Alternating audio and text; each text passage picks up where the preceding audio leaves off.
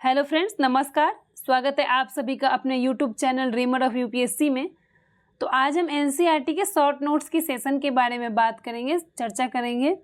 NCERT class 6 की जो history की बुक है हमारे अतीत, उसके चैप्टर 6 नए प्रश्न नए विचार पे हम आज चर्चा करेंगे। अगर आप लोग को इस नोट्स का पीडीएफ चाहिए तो आप हमारे चैनल के अबाउट में जाकर टेलीग्राम लिंक दिया हुआ है, उससे आप टेलीग्राम पे ज्वाइन होकर इसका पीडीएफ प्राप्त कर सकते हैं, वहाँ अवेलेबल है। ठीक है, इसके पहले हमने चैप्टर 5 तक के शॉर्ट नोट्स को बारे में चर्चा कर दिए हैं, आप उसको प्लेलिस्ट से जाके देख सकते हैं। आज चैप्टर 6 नए प्रश्न पर नए विचार। तो चलिए शुरू करते हैं। सबसे पहला हमारा जो टॉपिक है वो ये है कि बुद्ध की कहानी। बेसिकली इसमें बौद्ध धर्म और जैन धर्म के बारे में है, तो उसी से हम लोग शुरू करते हैं। बुद्ध की कहानी। बौद्ध धर्म के संस्थापक कौन है? सिद्धार्थ। गौतम बुद्ध का बचपन का नाम था सिद्धार्थ, जिन्हें गौतम भी कहा जाता था। ठीक है, तो बौद्ध धर्म के संस्थापक कौन है? गौतम बुद्ध, जिनका बचपन का नाम था सिद्धार्थ, जिन्हें गौतम कहा जाता था। इनका जन्म लगभग 2500 वर्ष पूर्व हुआ है। गौतम बुद्ध का जन्म कब हुआ है? तो 2500 वर्ष पूर्व। और ये क्षत्रिय थे और शाक्य नामक एक गण से संबंधित थे। गण क्या और संघ क्या होता है इसके बारे में हम चैप्टर 5 में चर्चा कर दिए हैं, आप उसको प्लेलिस्ट से जाके देख सकते हैं। तो गौतम बुद्ध क्षत्रिय थे और ये शाक्य के एक गण से संबंधित थे। ठीक है, शाक्य नामक एक छोटे गण से संबंधित है। इन्होंने जो गृह त्याग किया था वो युवा अवस्था में ही गृह त्याग कर दिया था। और गृह त्याग क्यों किए थे? तो ज्ञान की खोज में।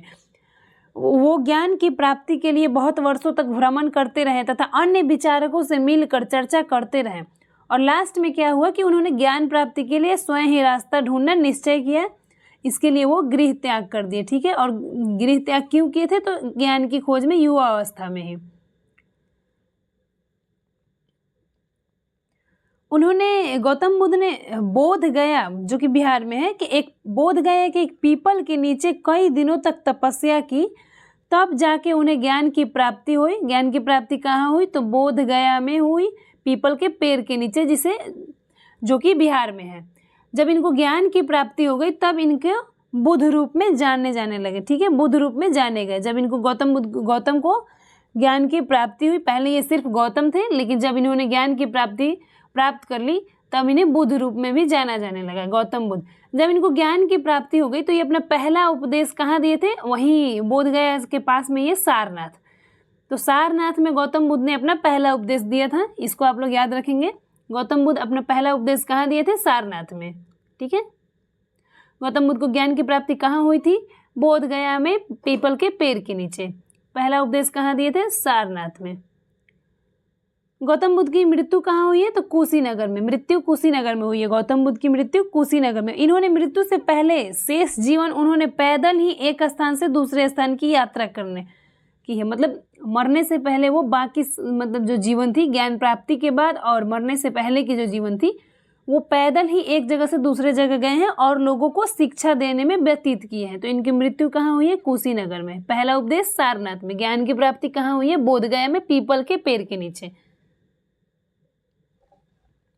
गौतम बुद्ध ने शिक्षा दी कि जीवन कष्टों और दुखों से भरा हुआ है और ऐसा हमारी इच्छाएं और लालसाएं के कारण होता है। कभी कभी हम जो चाहते हैं वह प्राप्त कर लेने के बाद भी हम उससे संतुष्ट नहीं होते हैं और अधिक वस्तुओं को पाने की इच्छा रहते हैं। मतलब कि हमारी इच्छाएं और लालसा कभी खत्म नहीं होती है। इसको गौतम बुद्ध ने तृष्णा कहा है। इच्छा और लालसा को क्या कहा है? तृष्णा। बुद्ध ने शिक्षा दी कि आत्म संयम अपनाकर हम ऐसी लालसा से मुक्ति पा सकते हैं। और जो ये अपनी शिक्षा देते थे वो प्राकृत भाषा में देते थे। ठीक है, गौतम बुद्ध अपनी शिक्षा किस भाषा में देते थे? तो प्राकृत भाषा में। पहला उपदेश कहाँ दिए? सारनाथ में। मृत्यु कहाँ हुई? कुशीनगर में। अब सारनाथ स्तूप के बारे में थोड़ा सा जानेंगे कि देखिए, सर्वप्रथम यहाँ पे गौतम बुद्ध ने उपदेश दिया था। और जब गौतम बुद्ध उपदेश दिए हैं तो इसी घटना के स्मृति में, मतलब इसी घटना की याद में इस स्तूप का निर्माण किया गया है, जिसके बारे में हम आगे पढ़ेंगे। बस अभी इतना जानते हैं कि सारनाथ स्तूप क्यों बना है। तो गौतम बुद्ध यहाँ पे उपदेश दिए थे, अपना पहला उपदेश, और उसी की याद में इस स्तूप का निर्माण किया गया है। तो कुछ बातों का ध्यान रखेंगे कि गौतम बुद्ध का जन्म कहाँ हुआ था।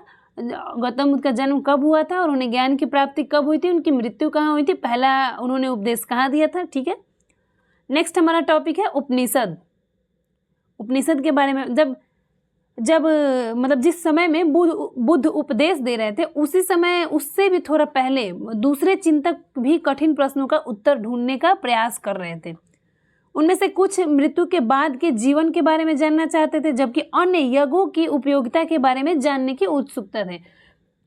मतलब कि जब गौतम बुद्ध अपना उपदेश दे रहे थे तो उसी समय और भी विद्वान बहुत सारे प्रश्नों का हल ढूंढने के चक्कर में लगे थे। ठीक है, कई विचारकों का संकलन उपनिषदों में ही हुआ है। ठीक है, उपनिषद एक ग्रंथ है, उत्तर वैदिक ग्रंथों का एक हिस्सा है। उपनिषद क्या है, उत्तर वैदिक ग्रंथों का हिस्सा है। उत्तर वैदिक ग्रंथ के बारे में हमने पिछले अध्याय में पढ़ा है। उपनिषद का अर्थ है कि गुरु के समीप बैठना। उपनिषद का क्या अर्थ है, गुरु के समीप बैठना। शाब्दिक अर्थ यही है, गुरु के समीप बैठना। इन ग्रंथों में क्या होता था कि अध्यापक और विद्यार्थी के बीच बातचीत का संकलन किया गया है। मतलब कि अध्यापक और विद्यार्थियों के बीच जो वार्तालाप होती थी उसको ही संकलित किया गया है उपनिषद में। और इन चर्चाओं में अधिकांशतः पुरुष, ब्राह्मण एवं राजा होते थे। ठीक है, कभी कभी गार्गी स्त्री विचारकों को भी शामिल कर लिया जाता था, लेकिन अधिकांशतः पुरुष, ब्राह्मण और राजा ही थे इस चर्चा में शामिल। कभी कभी गार्गी स्त्री विचारकों का भी उल्लेख मिलता है। नेक्स्ट हमारा टॉपिक है व्याकरणविद पाणिनि। ठीक है, व्याकरणविद पाणिनि ये क्या है कि इस युग में जब कुछ अन्य विद्वान भी जो खोज कर रहे थे तो उन्हीं प्रसिद्ध विद्वानों में एक थे पाणिनि, और इन्होंने संस्कृत भाषा के व्याकरण की रचना की, जिसमें स्वर एवं व्यंजन के आधार पर एक सूत्रों की रचना की और वो सूत्र बीज गणित सूत्रों से मिलते जुलते हैं। तो व्याकरण, संस्कृत भाषा के व्याकरण की रचना किसने की है, तो पाणिनि ने की है। ठीक है, नेक्स्ट हमारा टॉपिक है जैन धर्म।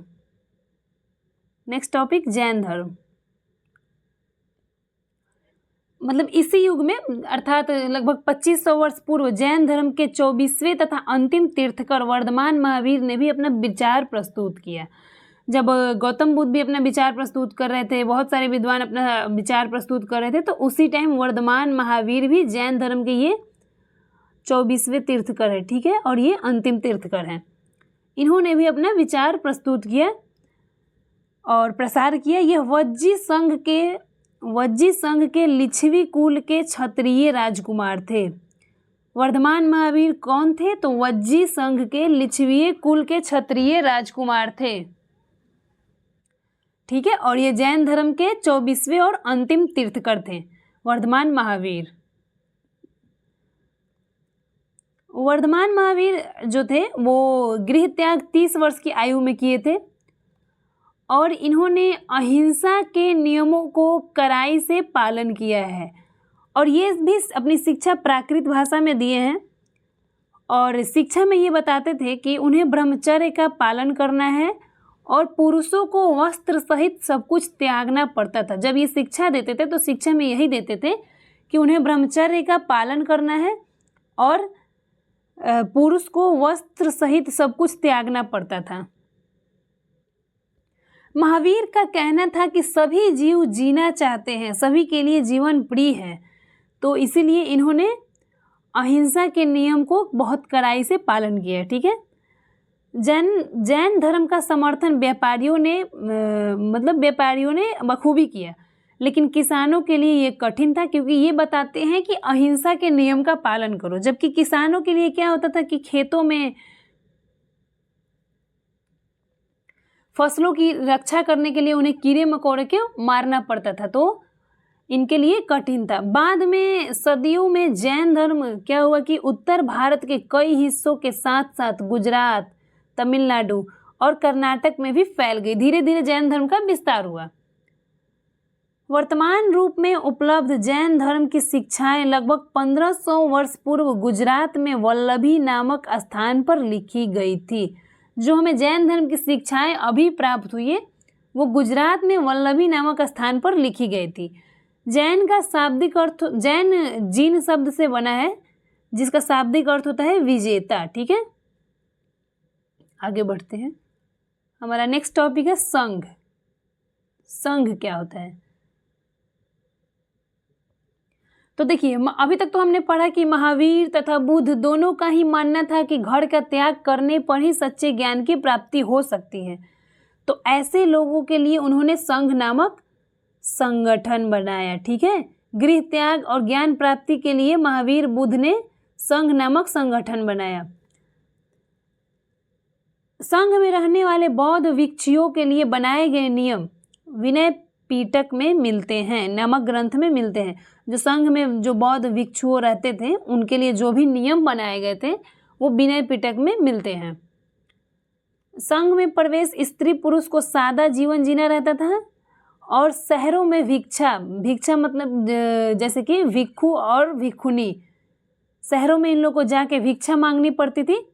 संघ में प्रवेश जो भी बच्चों करते थे वो अपने माता पिता से, दास अगर करेंगे तो अपने स्वामी से इत्यादि से आज्ञा लेकर, राजा के यहाँ काम करने वाले लोग राजा से तथा कर्जदारों ने अपने देनदार से अनुमति लेनी होती थी। और एक अगर कोई स्त्री संघ में प्रवेश करना चाहती थी तो उसके लिए अपने पति से अनुमति लेनी होती थी। ठीक है, संघ में प्रवेश लेने वाले स्त्री पुरुष और जो भी जाते थे वो अपने बिल्कुल सिंपल जीवन जीते थे, एकदम सादा। वो अपना अधिकांश समय ध्यान करने में बिताते थे और दिन के एक निश्चित समय में वो शहरों तथा गांवों में जाकर भिक्षा मांगते थे। यही कारण है कि उन्हें भिक्षु या भिक्षुनी कहा गया है। साधु जो है भिखारी के लिए प्राकृत शब्द है। संघ में जो लोग प्रवेश किए थे उनमें से ब्राह्मण, क्षत्रिय, व्यापारी, मजदूर, नाई, गणिकाएं तथा दास शामिल थे। इनमें से कई लोगों ने बुद्ध की शिक्षाओं के विषय में लिखा था तथा कुछ लोगों ने संघ में अपने जीवन के विषय में सुंदर कविताएं की रचना की है। ठीक है, संघ क्या है ये समझ में आ गया। नेक्स्ट टॉपिक है हमारा विहार। देखिए, जब जैन तथा बौद्ध भिक्षु जो भिक्षा मतलब जो भिक्षा मांगते थे, जैन तथा बौद्ध भिक्षु पूरे साल एक स्थान से दूसरे स्थान तक घूमते हुए उपदेश दिया करते थे, भिक्षा मांगते रहते थे। लेकिन जब वर्षा ऋतु होती थी तब उनको यात्रा करना बहुत मुश्किल होता था कि बारिश में अब कहाँ जाएंगे एक जगह से दूसरी जगह, तो वो एक ही स्थान पर निवास करते थे। और जब वो एक ही स्थान पर निवास करने लगे तो क्या हुआ कि वही भिक्षु का निवास हो गया और उसे ही विहार कहा गया। ठीक है, भिक्षु के निवास को विहार कहा गया। जब समय बीतता गया तो भिक्षु भिक्षुनियों ने स्वयं तथा अन्य लोगों के ने अधिक अस्थायी शरणस्थल को आवश्यकता हुई। जब समय बीतता गया तो इन लोगों को लगा कि अब एक अस्थायी शरण स्थल होना चाहिए, अस्थायी एक ऐसा जगह होना चाहिए जहां हम लोग रह सकें। उसे ही विहार कहा गया, विहार बनाया गया। ठीक है, जो आरंभिक विहार बनी थी वो लकड़ी की बनी थी, लकड़ी की बनाई गई थी। बाद में इनके निर्माण में ईंटों का भी प्रयोग किया गया है। पश्चिमी भारत में पहाड़ियों को खोदकर विहार बनाया गया। विहार मतलब भिक्षु भिक्षुनियों का निवास। ठीक है, हमेशा क्या होता था कि किसी धनी व्यापारी, राजा या फिर भूस्वामी द्वारा दान में दी गई भूमि पर ये लोग विहार को बनाते थे, मतलब अपना निवास बनाते थे। वहाँ के जहाँ भी अपना निवास बनाते थे वहाँ स्थानीय व्यक्ति क्या करते थे कि भोजन, वस्त्र और दवाइयाँ लेकर आते थे, जिसके बदले ये लोग क्या होते थे कि लोगों को शिक्षा देते थे, ज्ञान देते थे। ठीक है,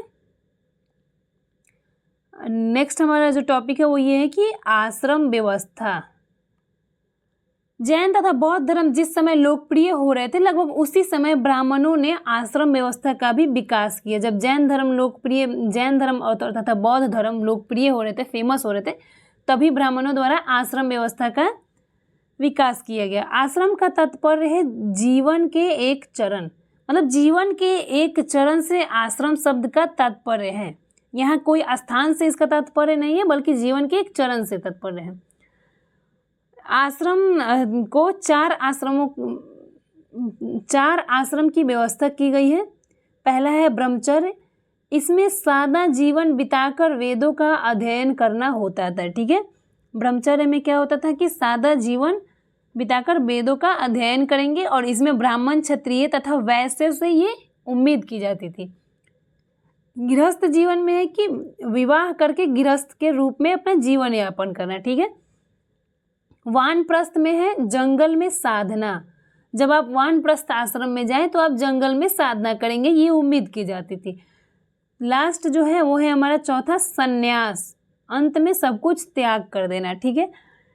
स्त्रियों को वेद पढ़ने की अनुमति नहीं थी, लेकिन उन्हें अपने पतियों द्वारा पालन किए जाने वाले आश्रमों का ही अनुसरण करना होता था। हालांकि जो वेद पढ़ने का अधिकार ब्रह्मचर्य आश्रम में है वो स्त्रियों को नहीं थी, लेकिन जो पुरुष आश्रम का पालन करते थे वही पालन स्त्रियां भी करती थी। एक हमारा नोट पॉइंट है और लास्ट है जरथुस्त्र।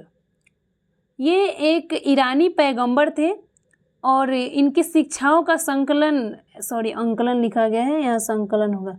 इनकी शिक्षाओं का संकलन जीन्द अवेस्ता नामक ग्रंथ में मिलता है। जीन्द अवेस्ता की भाषा तथा रीति रिवाज वेदों की भाषा रीति रिवाज से मिलता जुलता है।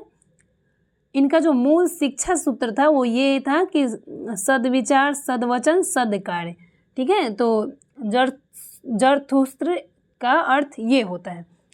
तो आज हम देखे हैं जैन धर्म, बौद्ध धर्म, विहार, संघ इत्यादि। तो इसी से हमारा चैप्टर समाप्त होता है। अगर आप लोगों को वीडियो अच्छी लगी हो तो प्लीज़ लाइक, शेयर और सब्सक्राइब जरूर कर दीजिएगा। इसके आगे हम इसकी प्रैक्टिस सेट लेके आएंगे। इस चैप्टर का कल प्रैक्टिस सेट आ जाएगा, आप लोग उसको इस नोट्स को पढ़ के प्रैक्टिस सेट लगा लीजिएगा, ठीक है। Thank you so much. Like, share, subscribe जरूर कर दीजिएगा। Thank you.